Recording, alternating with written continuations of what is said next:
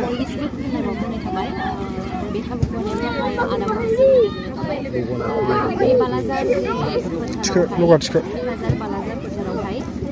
जे women's football game जादों बेवहाय आंखौ इनभाइट खालामदों आं बिराद गोजोननाय मोनदों आरो रायजो राजाफोरखौबो साबायखर होनो सानो जे आंखौ बेबायदि रायजो फैनानै जे नायफैदों अनसायफैदों आरो रावबो जाफैदों बेनि थाखाय रोजा रोजा साबायखर बेनोसै मा गोजोननाय मोनदों फैनो होनानै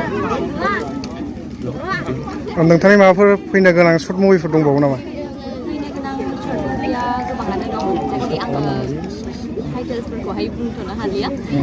उनावहाय नोंथांमोना नायबानो नुसिगोन बिथांमोननि खेलायाथ'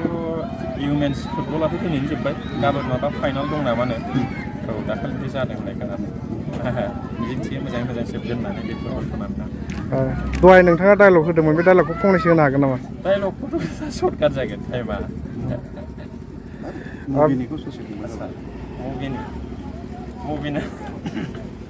मुभिनि डायलग होनोब्लाथ'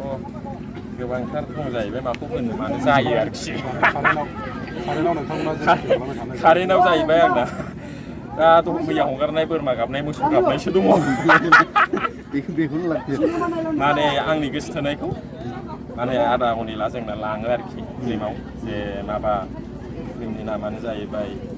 गोथार सिख्ला सायख'नाय पार्ट 2 बेयाव आङो मा बेबस्था खालामनानै हिन्जावखौ लायफिननो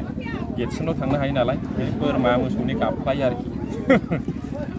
दाख्लै जितु मिउजिक भिडिअ मोनसे बानायबाय थादोंमोन नोंथाङा माब्ला नुनो मोनगोन रायजो राजाफ्रा? बेखौ 10 तारिखनि बेलासियाव नुनो मोनगोन कर'ना भाइरासनि मिउजिक भिडिअ आंनि प्रेक्टिकेल बसुमतारी इउटुब चेनेलावनो हगारनाय जागोन बेखौ 10 तारिखआव फुङाव हायो ना बेलासियाव हायो बेखौ